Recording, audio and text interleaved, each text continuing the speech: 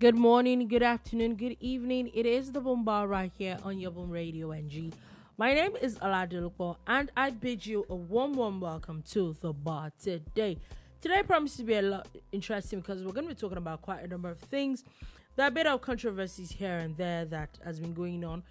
There's a lot of sports stories, the Super Falcons, and the numerous gifts. Yeah, it has been, and in fact, those gifts have seemed to have caused a bit of controversy as well. That we're going to be talking about. Dangote has finally dropped the case against, I think, NNPC, NMDPRA, and all that. When they first, well, maybe we might call them teething problems. But anyway, it's that and a whole lot of other things we're going to be talking about today at the bar. So sit back, relax, and enjoy the show. My name is Dolupo, and with me in the studio today is Shola Rogers. Good morning, good afternoon, good evening. It's a pleasure to be back at the bar. It's been a couple of days, and it's a way to say we're sorry we've been away for a while. Yeah, we're sorry. It's a bit of unavoidable absenteeism, maybe absenteeism, if that's what it's called. But anyway, we're moving on today, and we're going to be talking about quite a number of things today. So like I said, sit back, relax, and enjoy the show. We're going to be starting off a little bit. The president is here and is commemorating with people in Yola and Niger State. Apparently, flood is really disturbing them in Yola. A couple of people are passed on due to the flooding. Also in Niger State, this one, and we can only always just talk about how you should not go on boats, or more like overcrowded boats. Those things almost never end well. Okay, yeah. You said Yola, and it's not just them. You also mentioned the Niger State. Yeah, Niger State is the boat capsize. In Yola is flood. Yeah, and the flood in Yola is beyond Yola, actually. Yeah. Adamawa is feeling, let's just say Adamawa, do you understand? Like, adding that to the list. Yesterday morning, there were talks of serious devastation from the effect of the rain and thunder and all sorts of things. These are natural disasters, and I know that it gets to a level where you become overwhelmed by nature, but I also always advocate that we work towards, mitigating these things, reducing the potential damage, and saving as many lives as possible. It's really sad how, at times there's just nothing that can be done. Like, there's this, I don't know if you've ever felt helpless. There's this feeling of helplessness that just permeates through, and you just start to wonder, like, you wish you could do something, at the point where you wish that superheroes were real, or maybe the appointed ones, the governors and the elected officials, could actually step up and be our own superheroes.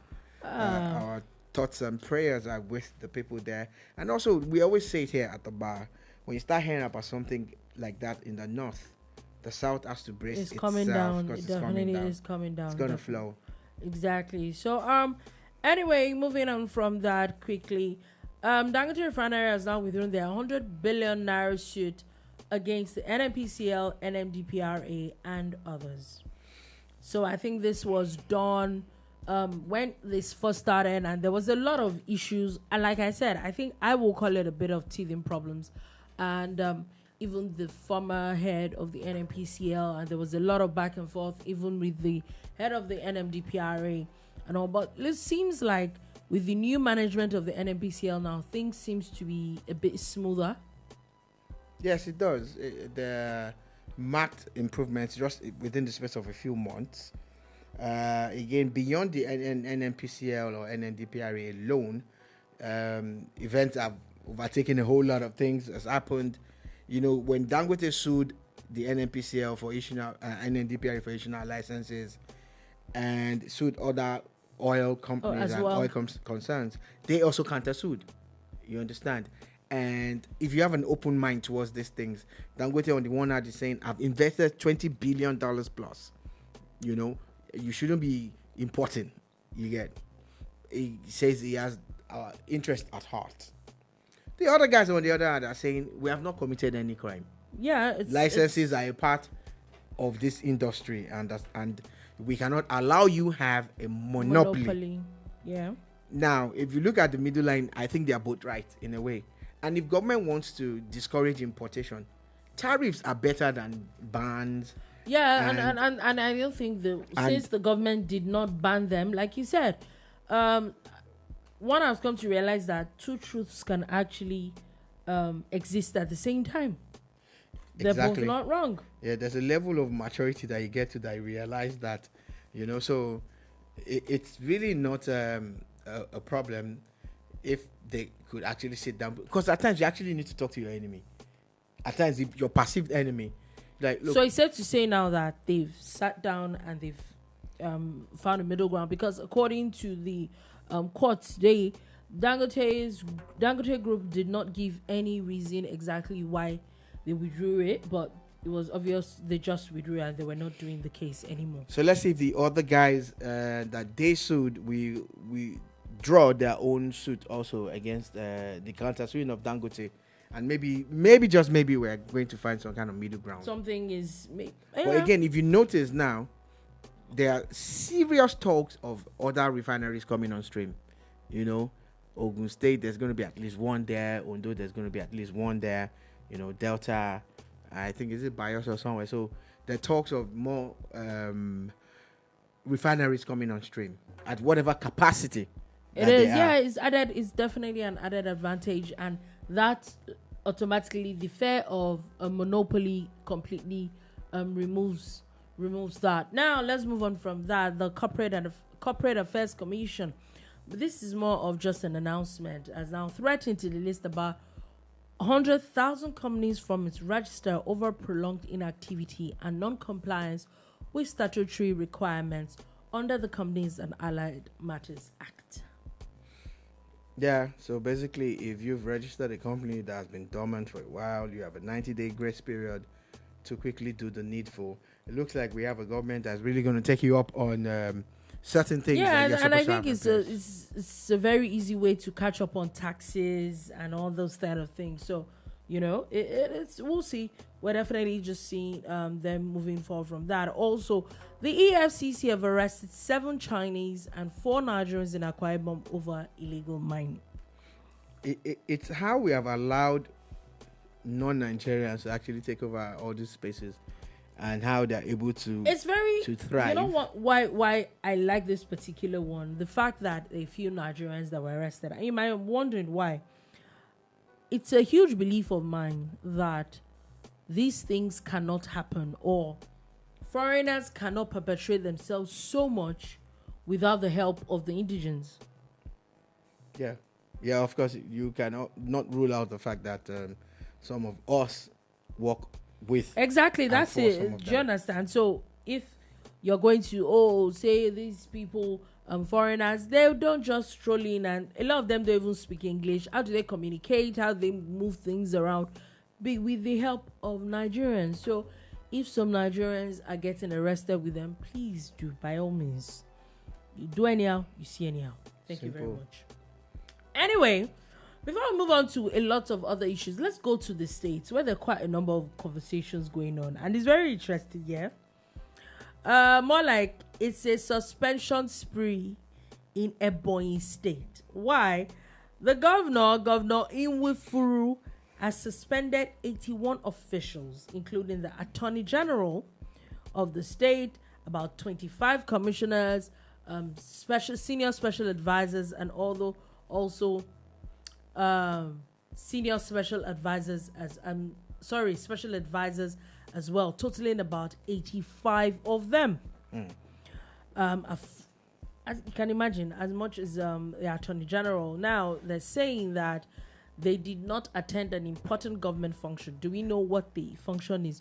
No. However, they're supposed to proceed on a 1-month working suspension with immediate effect without salary payment. What does that mean? You're going to be coming to work, you're going to be doing your job, but you're not going to get paid. And I think this is worse. Hear me out. If you get suspended yes, you will not get paid, but at least you'll be at home, you'll be resting. At Abi? least you will not lose both ways. So, in fact, some people will take it as a holiday, as a non-paid holiday. Abi, an unpaid holiday. Now, you're going to be having to go to work, look for money to transport yourself back and forth. None of these guys will be looking for money to transport themselves back and forth. I'm just saying. Like, but at least you might have banked on that money on one thing or another. Now, you're still going to have to spend your own money, whether savings, whether whatever it is, to transport yourself, to feed yourself that whole month. And there's no expectation of any money coming. Okay, please excuse me. Yeah, I get that feeling that you're trying to, push. You're talking about the financial implications of being suspended, But why did you put yourself in such a position? The main story here for me is the governor's, is it effrontery? Is it boldness? He's always suspending people. As many people. That's actually the thing for me. Like, we're talking about 80-something people. 85 people. In his government. Funny enough, you know why I'm not kind of surprised? Remember that it was not up to 3 months in his government that he had suspended a few commissioners. Like, once in 3 months, you hear that this particular governor is always finding somebody to suspend. Yeah, so the thing now is, there's this joke about how there was an Igbo businessman who was ill in the hospital and his family went to check on him. And, and he looks and he mentions, Chibuzo, you are here. Chimeze, you there here. Patricia, you said there here. Who can't there for shop?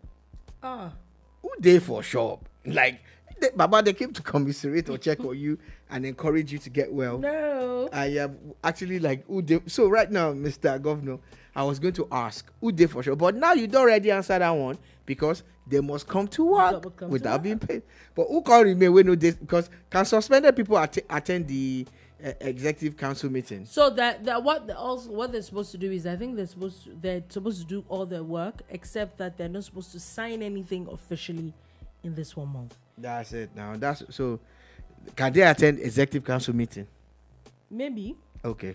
But I would like to know what happens in a lot of these ministries. Why I said so is that they're commissioners. There are also some permanent secretaries, meaning that it's very possible that a commissioner and a permanent secretary of one ministry are both suspended. At least they will come meaning to work. No. Meaning that nothing, because if they can't sign anything, then who would sign those things? Meaning that for a whole month, nothing might really move forward in that ministry. Strong. I get that. So, but what it is, Sha, is that there seems to be this disciplinarian attitude or streak in the governor of Ebonyi, Nwifuru. He definitely just used to suspend people anyhow, any which way. Why do they put themselves in the position that they get suspended? That's the question. Yeah, and the truth is that maybe, let's be honest with ourselves. I think that the problem a lot of times is that people don't take a lot of things as seriously because it's government stuff. Yeah. We don't know what this important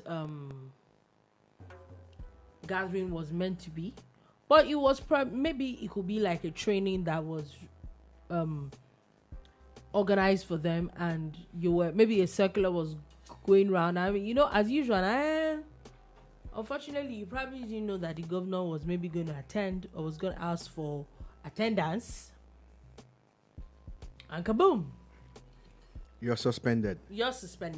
Anyway, still talking about suspension. Governor Okpebholo in Edo State as well has also now suspended a special advisor on oil and gas for alleged unauthorized fundraising for an upcoming oil and gas summit in Edo State.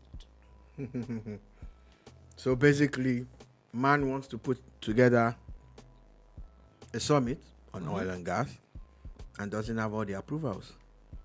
So with that, the governor also now put on hold the oil and gas summit.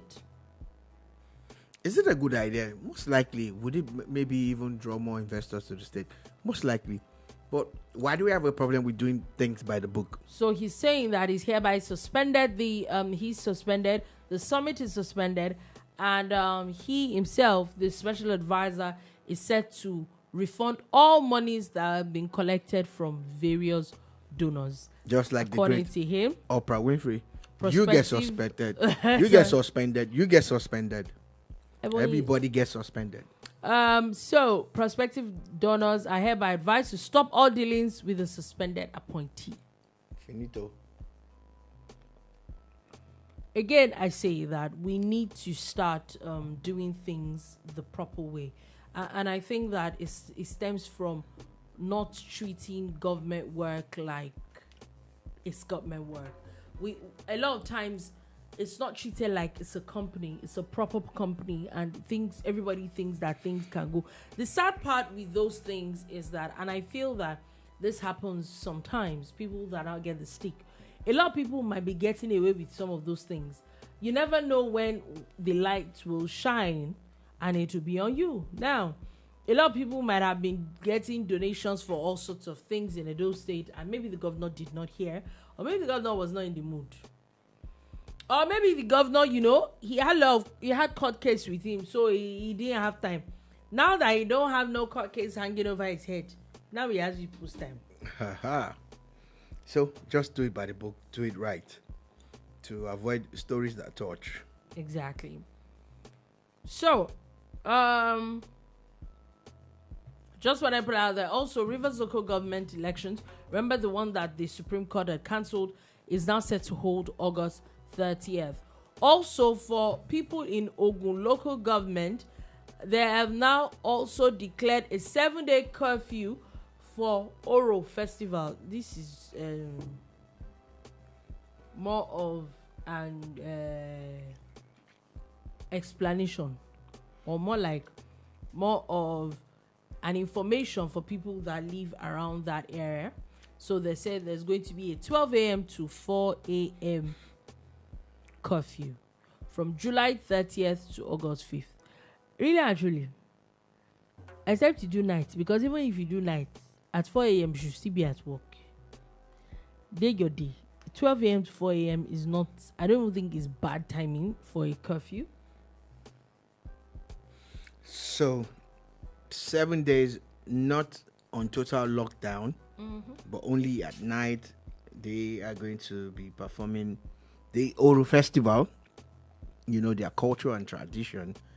And if you live in that vicinity, in that neighborhood, my advice to you, stay indoors at night for the next, not just 7 days, maybe even 10 days, before and after the announced date.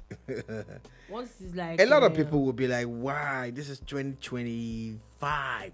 Why are we bringing primitive things and blah, blah, blah?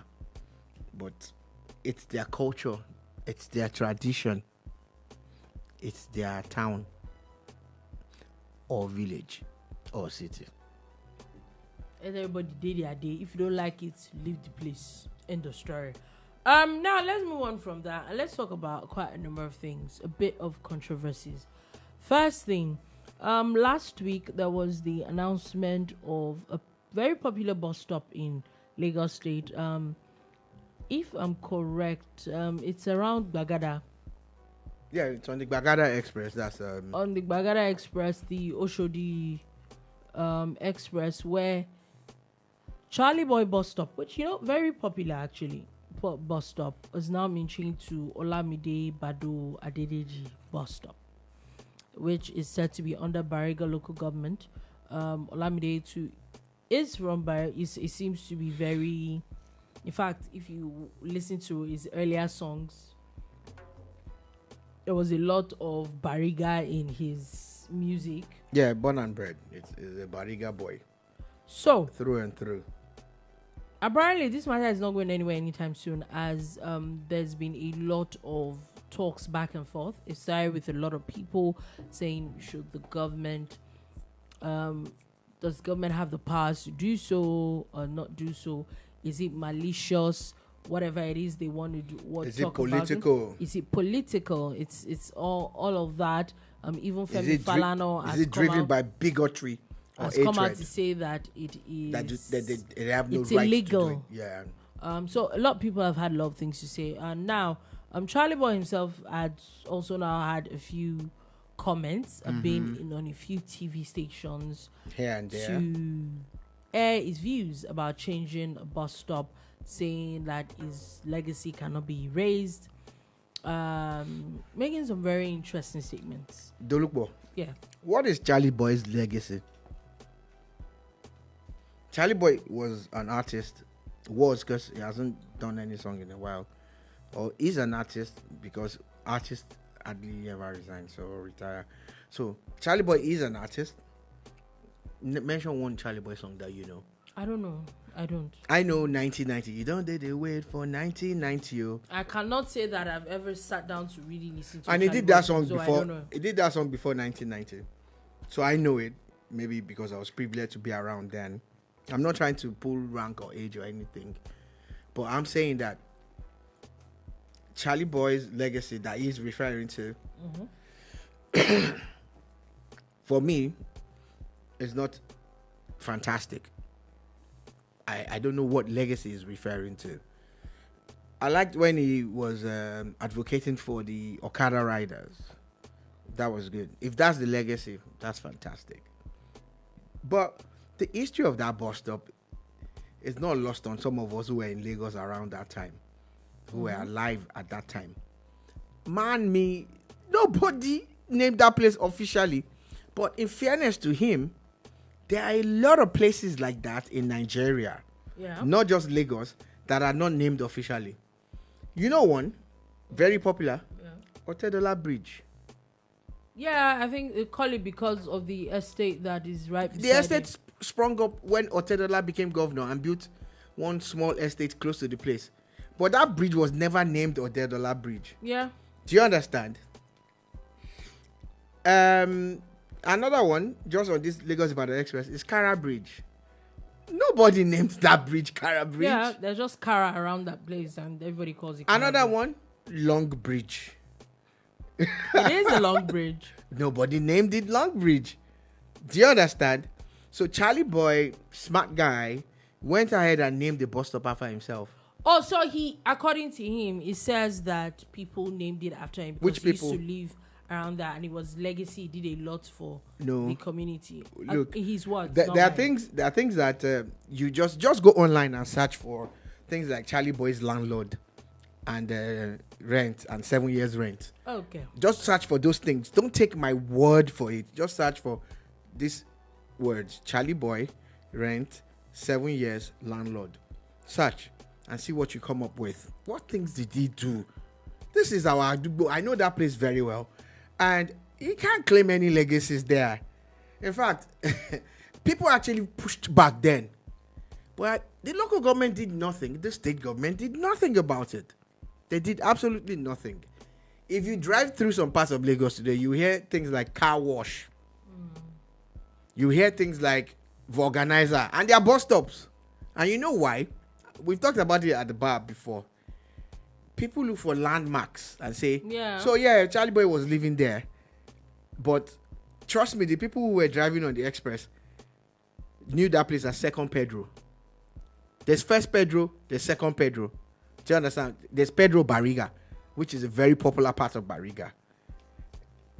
He was the one that instigated the name by himself. That's one. Two, the law about naming streets. Now, this is not a street, it's even a bus stop. It's a bus stop. Is that if you apply officially to a local government, if it's a local government road, they would process it, and there's a fee that you pay every year. Every year, yeah, I heard so. And if you fail to pay it, your name is gone. And they can name it whatever they want. So Charly Boy, on his own part, should also tell people what he thinks he's done, to actually make it official. If I was him, I would have gone to the local government to say, look, this thing is official. I like the fact that my name is synonymous with this place. And then pay for it to be done. So would I say that this is a typical Nigerian behavior where we never really do our due diligence, and then when something is changed, we now cry foul. Yes, in Kwara State, there was a particular place that had a very popular name, and it was believed to belong to a certain family. But when this governor entered for his first term, changed the name, changed what was happening there, and the former governor just talked and talked and talked. But guess what? Till today, it's just talk. Apparently, no documents. Do you get? So again, there is the part where maybe some things are done spontaneously.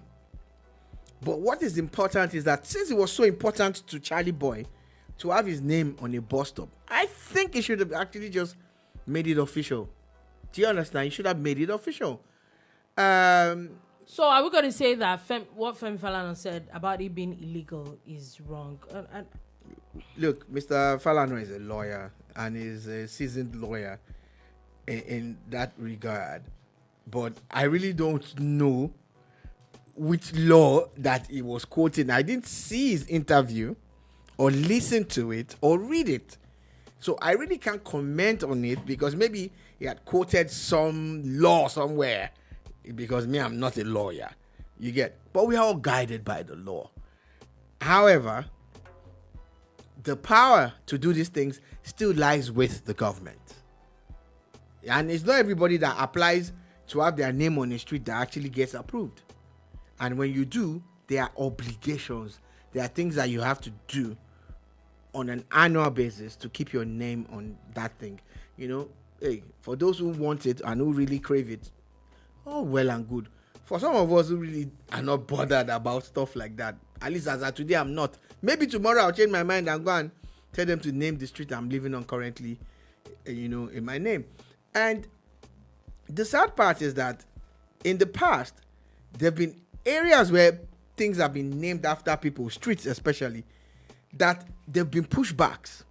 If you go online, you will see where a one-time governor of Imo State had actually named a popular part of his state after Muhammadu Buhari. Then Buhari was alive.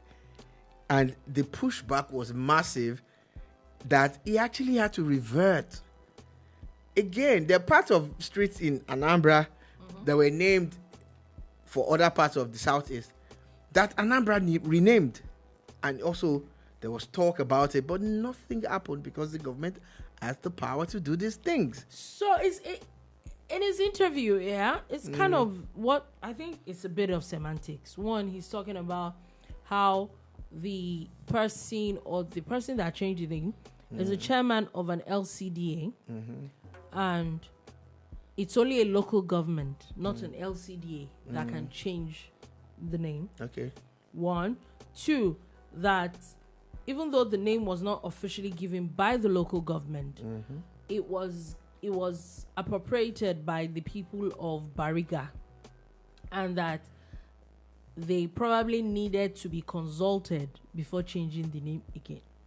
Now, with due respect, and this is real due respect to Mr. Falana, have you heard any protest from the people of Bariga? Dolupo, the same day that announcement was made, they moved a DJ to that bus stop. Oh, really? There was a party at that bus stop. Oh, wow. The videos are online. The people of Bariga are celebrating the fact that one of their own was named, you know, as the proper bus stop. So, interesting news. His angle, you know, is not based on law. Do you understand?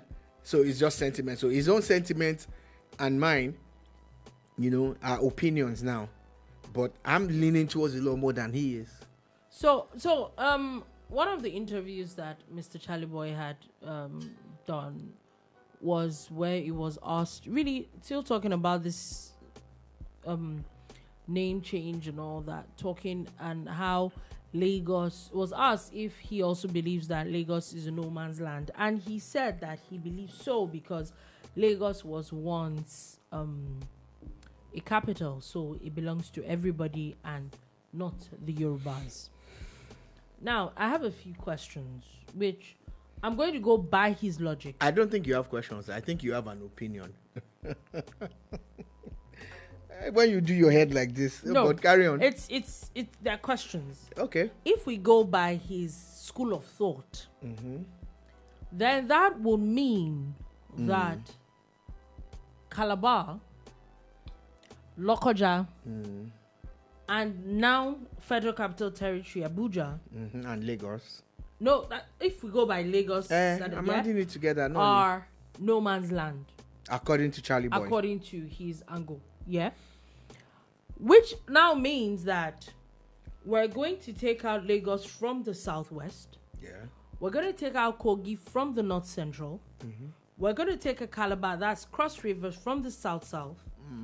And Abuja is not from the north central as well. And they're going to stand alone as because they belong They're to all everybody. former capitals. And they're all former capitals, all present capitals. Yeah. We're going to say that there are no indigenous people of Calabar.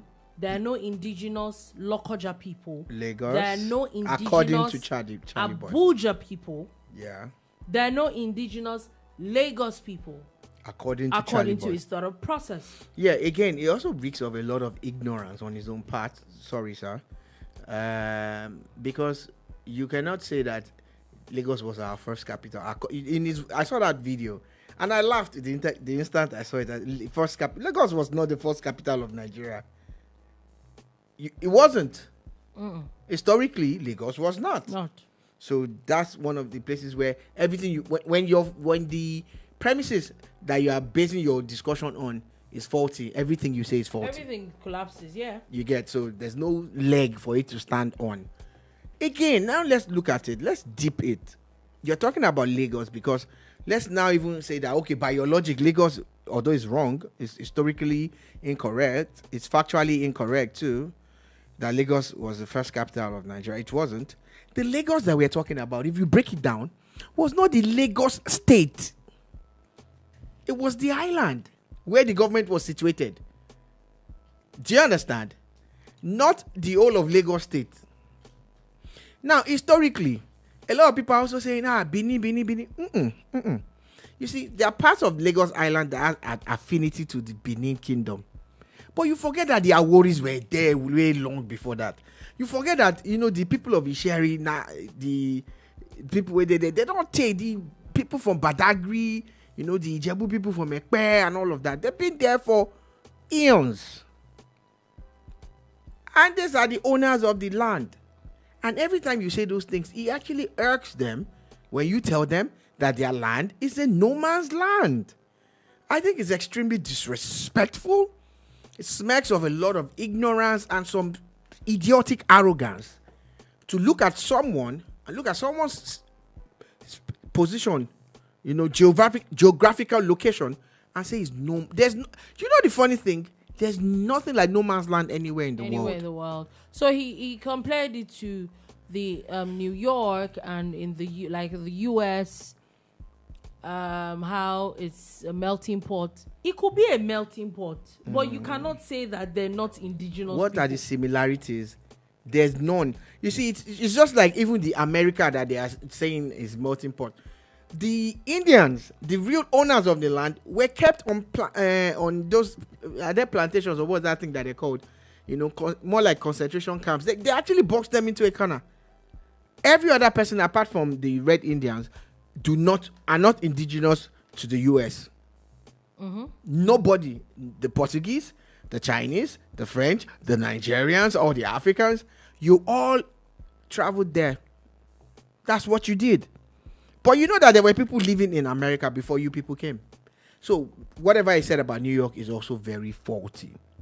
The fact is that Lagos is not no man's land. And you know why Lagos is not no man's land and why anybody that says it is just being idiotic. When they call for Oro like they have done in Ogun State, go out. It's when you buy land from Omonile, don't pay. In fact, you know what? Since it's no man's land, just carve out one space and start building. I think that then you would know what no man's land is and what no man's land is, if it even exists. It is. So for really older, influential people to make such assertions and statements, I think that it is very disrespectful. And then we now see a lot of things online and offline, the repercussions of statements like this, and then you now come out and say, oh, people were attacked, or this is things like this that instigates it. That instigates it. You now say, oh, they're chasing you out of Lagos. They say, no, you don't do. And I think that the reason is because Lagos is really metropolitan. Lagos is really accepting of a lot of people. Have you not heard the phrase before? Eko gbole ogbole. That is Eko why allows everybody to come. Everybody can do what they feel they need to do. Take for example, if you ever lived in Ibadan is pretty much a melting pot for a lot of people. It's really you could also say to a large extent it's very metropolitan, yeah.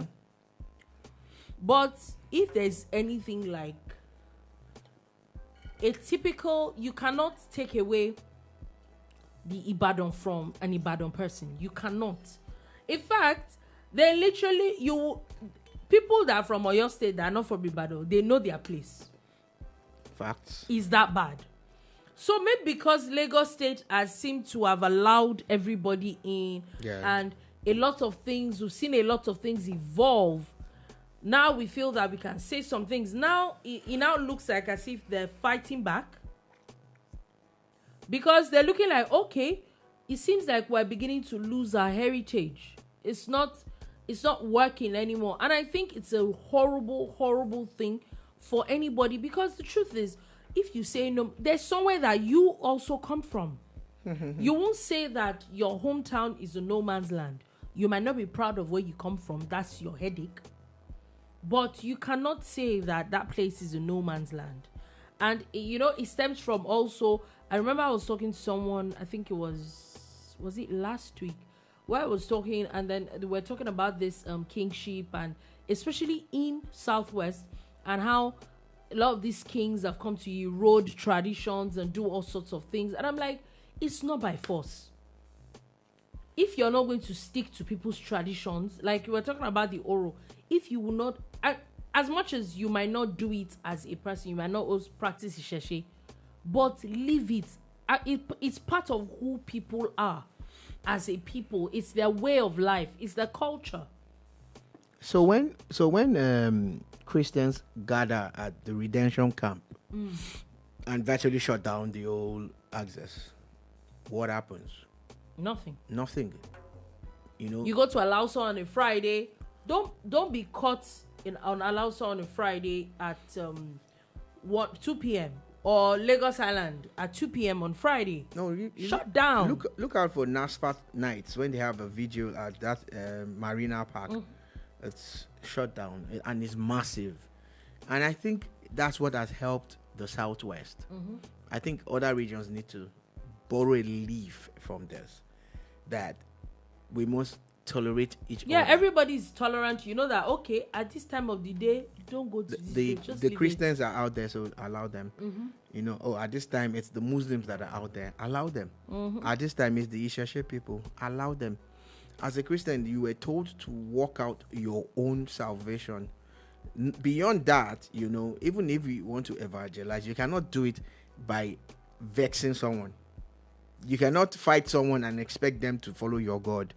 You get it's with love and other, subtle things. However, I repeat that anybody that claims that somebody's land is no man's land is an idiot.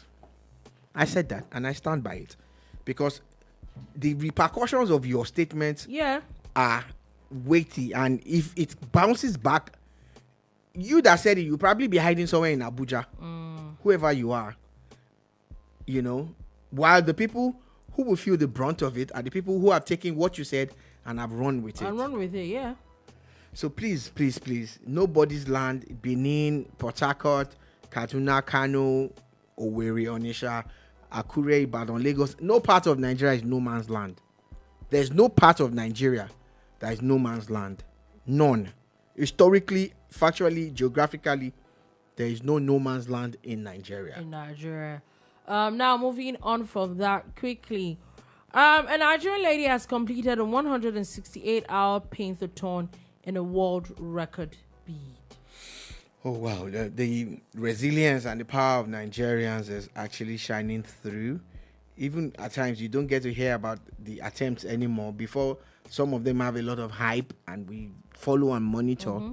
But this one now, it just came boom like that. And I'm like, wow. It's massive because some of these things, if you think about it, fit do them. So when people do it, you must respect them. You know one thing that first amazes me when they do these things is not even just the act, which most of them I know I can't do. You know what it means to probably stay awake those long hours? Yeah. It's mind-blowing. That's the first thing that pops in my head. Are you serious right now? Yeah, I know a guy that just broke a record. Mighty George, I think is based in Akwa Ibom. Is it Akwa Ibom or Cross River? I think it's Akwa Ibom. And he works at a radio station there. And he organized the longest interview. Even the governor was interviewed by him, and a whole lot of people. And it's been ratified by the Guinness World Record now. He's a certified record holder. If I was going to try anything, that's probably the only one I would try. But why do I want to interview people for 3 days? Why am I talking to you? Be honest, I don't like people that much. Why am I talking to you for 3 days? It's you. Even this 1 hour boom bar at times. When you're done, you're like, you get.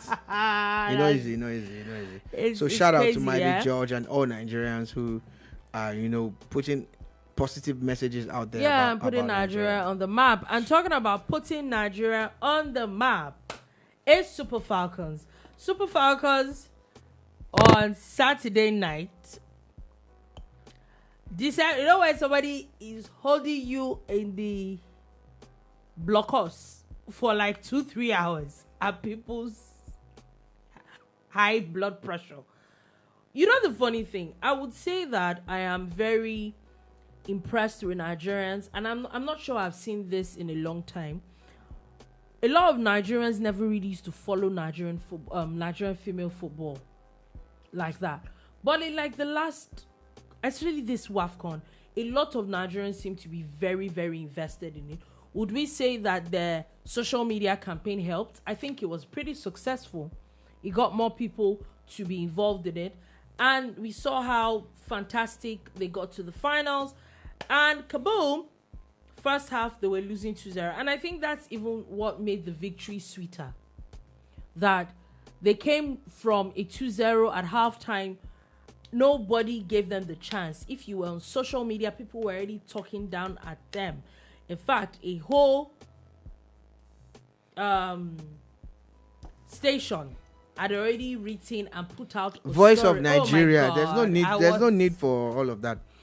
They actually published at halftime when Nigeria was losing by 2-0 that Morocco had won the AFCON. The guy actually published it on the website of Voice of Nigeria. If you are looking for the most unethical way to be a journalist, that's it. That is the example that you give. And they came back to win this. It got a lot of people agog. I remember very well when they scored the second goal and the third goal. And I was like, what's happening? There was going on so much noise. You know the way Super Eagles play and everybody, there's a goal and you can hear it everywhere. That's exactly what happened. Maybe Nigerians might have given up on Super Eagles and moved their fandom to Super Falcons. I remember saying it here when WAFCON was about to start, and I said that I will bet, if I'm going to bet on anybody, it will be Super Falcons, that even if they lost, I will still come back and be proud of them. And we're all very proud of them. Another conversation that now came up was when they won, I think it was even before they won, but they got to finals, how the Super Eagles got to finals of AFCON. They did not win, but they came back and they got medals, and they even got national honors of MON, each of them from the president. And a lot of people were like, oh, these people's national honors should be waiting for them regardless of whether they win or not. They came back, they won, and the president decided to do them one better, give them OON, which was higher than the MON that was given to the Super Eagles. He also gave them $100,000 each and gave them houses as well. And from that, there's been a lot of outpouring of love from a lot of people. The male counterparts, a lot of them have come together to gift the ladies money. The governors have each decided to give them 10 million naira, which is amounting to about 360 million naira as well. You know, there's been a lot of love. There's been a lot of love for the Super Falcons. However, as usual, there's a lot of criticism. Now, one of the criticisms are not even to the Super Falcons, is the president, that why there's some that say that it's not enough. There's some that a lot of people are saying, why are they giving them so much money? All right, that's where we are now as a country. We talk and debate virtually every decision, which is actually very good. It's a good thing. And, or shall I say the good, the bad, and the ugly. So, in the case of the Super Falcons, this was La Decima, this was Mission X. Yeah. This was the long, elusive 10th WAFCON. WAFCON, yeah. And the coach had been maligned for his team selection and everything, but he did all he could and got them into the finals and won, you know. Now, if you take that and juxtapose it with the struggles of the other teams, you understand why people want to celebrate these ladies. I have an anniversary that I celebrate on Facebook all the time, and it's a picture that pops up around the time I posted it every year of the Super Falcons when they came back from one of those numerous WAFCONs that they won, and they were carried in a meat-selling truck that they went to bring from mile 12. Super Falcons from the airport. Oh, poor girls, they got into it, and they were there. I said, and the NFF thought they had done something. So, a couple of people, myself included, went to town on it. We blasted them, blasted the life out of them, and they had excuses. And we've come a long way from that. We've come a long way from when the Female Football Foundation, that I was one of the directors, fought for our Falcons to have jerseys to wear. People don't want to know. Even this particular, remember that their kids didn't come in early. Should they finally and the got kids. President had to, I think the president had to send money to them directly because there was the NFF or something had issues with paying them early. So their bonuses were paid directly from the presidency. And I'm talking about when they would use their jerseys and have to wash it almost immediately by themselves. This was how bad things were. They will come and tell you I'm lying. But the players that are bold enough will tell you the truth this time. They'll tell you about how jerseys that under 17 boys had won were given to Falcons to wear. We've come a long way from that. And you're saying that the previous generation that suffered this, so that these ones, you know, the ones that actually crawled, so that these ones will fly. Crawled so that these ones could fly as falcons, as real birds, would be against what the president has done. $100,000 converted is 150 million naira. Do you understand? By official rates. Mm-hmm. By global standards, it's okay. It's not even the highest reward that people will get. Someone tweeted and said, even likes of Messi and Ronaldo would not say no to $100,000. Are you kidding? Me, you know, and these are women, you know, that some of them are extremely young. Some of them have been around for a while. Mm-hmm. You have the most decorated African footballer ever in the history of football, Asisat Oshola. 6, you know, titles she has won as a most valuable player in Africa. That team, several trophies. The Super Falcons is the most successful African team ever, and the most successful Nigerian team by extension, because Nigeria is in Africa. Here you get newsflash in case you didn't know. So if you look at all of this, I see that the president has caused a lot of problems. Because some people will be beefing and wondering. Yeah, set a standard. Why though. didn't this happen during our time? Sorry, some people will say it's political. Okay, let it be political. The girls that are getting the money, the men in the back room, the coach, the media officers, the physiotherapists, the doctors, the team, curators and all of that. But they did the work. You can't actually. I also getting rewarded for this. Do you get?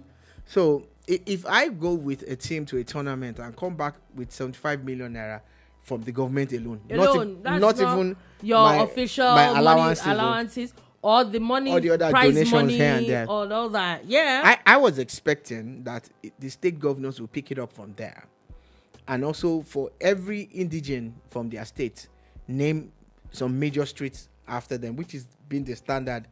In Nigeria, Fatai Atere Way, Jimo Balogun Road, all those things are named after footballers that did well for Nigeria in the past. And I'm hoping that this would also happen again, even with the announcements that have been made. You get what the president has done is good. But I just want to say, and I said this before, we need to institutionalize it. It has to be cast in stone that for international tournaments, this is what you get when you win bronze. This is what you get when you win silver. This is what you get when you win gold. Let it be standard and reviewed every 4 years. But I also really like the love between the Super Eagles and Super Falcons. It's really nice it's a really nice breath of fresh air. Oh yeah. That the men decide. It's a lot of approval as well, because the truth is that if you look at the Nigerian Super Eagles, they're actually most of them are really world-class players. They play for a lot. So for you to get approvals from these people as well, it's a lot of validation. Yeah, and again, still staying on the Super Falcons reward, as we speak, the Tigers, Nigeria's women's senior basketball team, are already holding it down. Oh yeah, as Afro basket. I think they've moved to the quarterfinals now. And they've won this thing several times without. In fact, do you know that these ladies at one of the qualifiers used their own monies to go represent Nigeria? Yeah, so maybe now the president has put himself in a bind, because these girls, and I think that it's a lot of motivation as well. If they know that, even if nobody does anything, we're not even going to talk about the slight, would I call it slight, or the racism that these girls get from Morocco. Do you understand? And a lot of other, you know that, let's be honest, a lot of African countries don't like Nigeria. The kind of things that a lot of these athletes go through in other countries, and they know that even if they're not going to be celebrated anywhere else, when we come back to our own country, we're going to be celebrated. I hope that the D-Tigress also go through. Speaking, please go on. They go through and they actually win this one as well. And I hope that the federal government would also be waiting to celebrate those ones as well. And every other person that is doing amazing work. Yeah. So speaking of celebrating them, don't spend all the money, Mr. President. The Tigers are coming. Those girls are going to win something. Most likely, it's Afro basket all over again. Mm-hmm. That's gold. So the same treatment, sir. No double standard. Mm-hmm. But there's a Nigerian lady, Eniola Bolaji, who won gold at an international tournament in badminton at the weekend in England. I think it was in Britain. I'm not sure it's England, but it's Britain. And nobody's talking about her. So please, sir, that's why I say let's institutionalize it. Let it be standard. So that, again, it helps the athletes. I'm not going to lie to you. I will not lie to you. If my family member is playing sport, I will encourage you. Even if it's just this government reward alone. Let's give you yeah. And 3-bedroom apartments in Abuja already confirmed. That's what they're getting. Mm-hmm. And again, let it not be like the ones that took 25 years. Chioma Ajunwa was promised an apartment. It was something that she won in Atlanta 96 when she won gold. Is Sanwo-Olu that was president and governor of Lagos that just rewarded her. The only thing I'll say with President Tinubu on this one is that at least there's already a location. It doesn't matter. They should get it. Do you know how many people Buhari had to give? People want things in as the far back 80s, as the 80s and 90s. 90s. It was Buhari that now came to reward them. Something that the government had made pronunciations on. And government is a continuum. Yeah, the president's aid let has it even happen come now. to compare these gifts and why people talking that you literally just watch people and somebody wins 150 million naira with Big Brother Niger, but these are people that have really earned every single kobo of whatever it is that again, some of the criticisms, because it would be remiss of me not to bring it up. People are comparing this to the treatment that retired military people are getting, and why they're also not getting as paid as much, and how some of their pensions are delayed.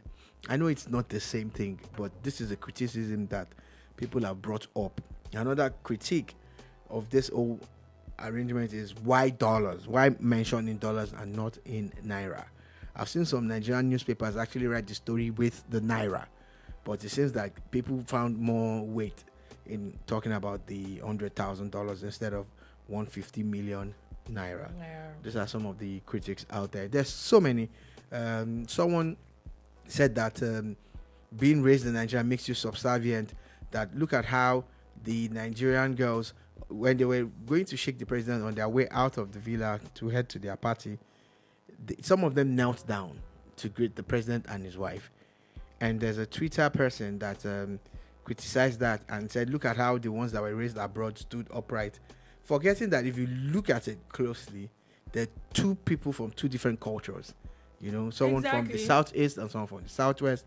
And in the southeast, there's nothing wrong if you stand up to greet an elder. But in the southwest, it is wrong. It is and what it is. You go to your feet, or you go down on your knees, and you kneel or prostrate and all of that. Someone now brought out a picture of Anthony Joshua prostrating for Buhari and saying, okay, since this one was raised abroad too, is it being subservient or whatever? So let's us also learn to respect people's cultures, please. Yeah, on that note, Galatasaray is set to officially unveil Victor Osimhen. So all you Victor Osimhen people, at least finally we will rest now. Is gone to Gala. I think that shout out to Gala, yeah. I just think that he deserved to be in a bigger club, but it's better than it is. It was obvious that Napoli doesn't want him, and the Premier League teams don't want him. So it's better to go where you're celebrated. It is what it is. Remo Stars is set to begin the NPFL title defense with Rivers United. That's gonna be one interesting game to watch. Anyway, CAF is we know that Chan basically AFCON but with home-based players. Yeah, players based in Africa. In Africa is starting very soon. CAF has now announced, and I think that I like what CAF is doing these days with they're doing a lot of revamping with African competitions. Now they've now announced a record $10.4 million pool prize money for this year's Chan. It's also going to be held in Kenya. However, Kenya has announced they have a few bans. They're saying that they're now banning vuvuzelas. There are no more vuvuzelas. I'm wondering. I remember. I think somebody else had banned it. I don't know. Is it that those things are really distracting? Oh my god. No, they're really noisy. I get it. But because the stadium, would not have thought that. But anyway, they're saying now that food and vuvuzelas are not going to be allowed in the stadium. Very good. But I don't know about the food thing. Like, is it in the main bowl of the stadium, no food, or in the entire stadium complex? I think it's the stadium. It's inside the where you're going to watch ball. The stadium main itself, bowl. the main bowl. There is not going to be food. Sometimes those things, but yeah, those things can be really there. Anyway, quickly before we go, our thoughts, our prayers are with people of China, particularly Beijing, as there's still major downpour happening, but there are already 30 people that have been left dead. It's a sad one. It's that season again. We're losing people a lot. Thoughts and prayers are definitely with them. Another shooting happened in the United States in Manhattan, and 5 people have died. Shout out to people living in the US. Anyway, on that note, that is all we have to take today on the bar. Thank you for listening. Oh, you want to say something? No, Let's no, go it's ahead. fine. Let's go. Alrighty, so we'll see you tomorrow at 3 p.m. West African time to give you another wonderful edition of the Boom Bar. Have a beautiful, beautiful day. Peace.